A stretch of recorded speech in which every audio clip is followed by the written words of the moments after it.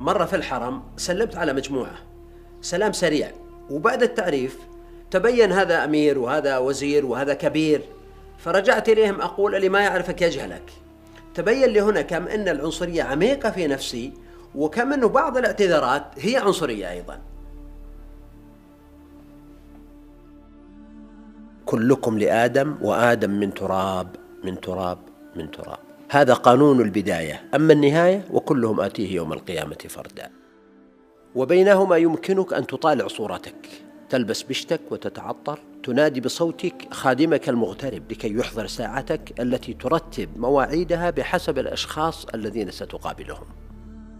هذا المرء أمامك هندي، الآخر باكستاني، بنغالي، فلبيني، وقائمة طويلة تعبر من هذا الطريق. ربما يتفوقون عليك في إنسانيتك وفي ذكائك وفي تقواك، ولكنه القدر الذي جاء بهم إليك بحثا عن لقمة. ترمي بنظرة شزر على هذا الإنسان البسيط الذي لم يلمع جزمتك بشكل لائق، تخرج للشارع بسيارتك، تلقي التحية على الرجل الذي يشبهك وطنا ولقبا، يبادلك التحية، تجتاز شارعين وفي الثالث ليس لك أحقية المرور، لكنك تعبر لأن الطرف الآخر لا يشبهك لونا. تصل مكتبك، تهمس في أذن ابن قبيلتك وبلدتك، وش عندهم؟ الجيازنة، الحجز، القصمان، 07، البدو، وكل يغني على ليلاه. وليلاك شجرة عائلية تتصدر مجلسك زاما بها شفتيك، كلما أحرقك تفوق أحدهم استظللت بظلها.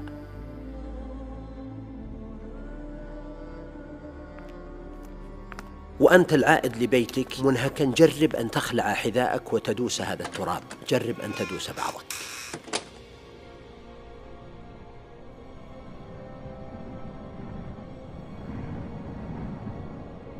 أن تدوس أصل هذه الهامة المتغطرسة والأنف المرفوع.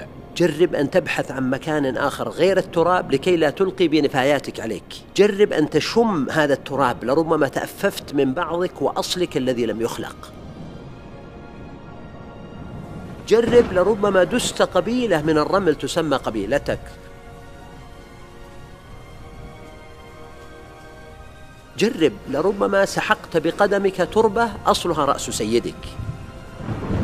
جرب أن تمشي حافيا، وإذا تعثرت قدمك بأصلك فتذكر أولئك الذين ازدريتهم لعاهة المشي والشكل. جرب أن تطأ بشدة على الطين، وإذا ما سمعت صوتا ما فترفق، قد تكون وطئت بقية لسانك الهاجي لغيرك. وإذا ما أتعبك المشي جرب أن تسجد لله، وما علق بجبينك من بقايا تراب هو أصل هذا الإنسان الذي ازدريته.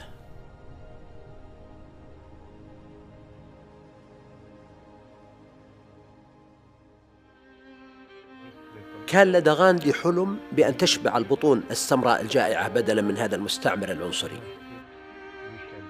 كان لدى مانديلا حلم بأن تصلح الحناجر السمراء بالنشيد الوطني لأرضهم. كان لدى مارتن لوثر حلم طويل في خطبته: لدي حلم بأن لا يعامل أبنائه الأربعة على أساس لونهم. ليكن لدينا حلم أن ينبع نور الإنسان من الداخل لا من الخارج، وأن تشكل الألوان المتعددة لوحة مكتملة جميلة. مثلك أنا أحن لذات التربة التي ركضت عليها طفلا ولثمتها شابا. مثلك أنا مليء بالطموح والتطلعات وأحمل هم الخلود بعد موتي. مثلك أنا تجرحني الكلمات التي تحاكمني على وطن لا أعرفه ومكان لا أنتمي إليه، تحرمني من مسقط رأسي وحيي ولهجتي المحلية التي لا أعرف سواها. مثلك أنا أحمل هم صغار تركتهم من أجل لقمة عيش.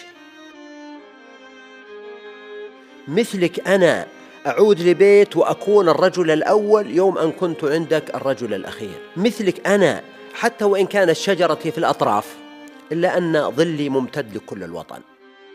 مثلك أنا وإن نقص مالي واندثر جاهي. مثلك أنا تؤذيني نظرة دونية وعطف مبتذل وسلام بنصف يد. مثلك أنا أبحث عن الود لكن من السماء. يا رب، إذا صح منك الود فالكل هين، وكل الذي فوق التراب تراب.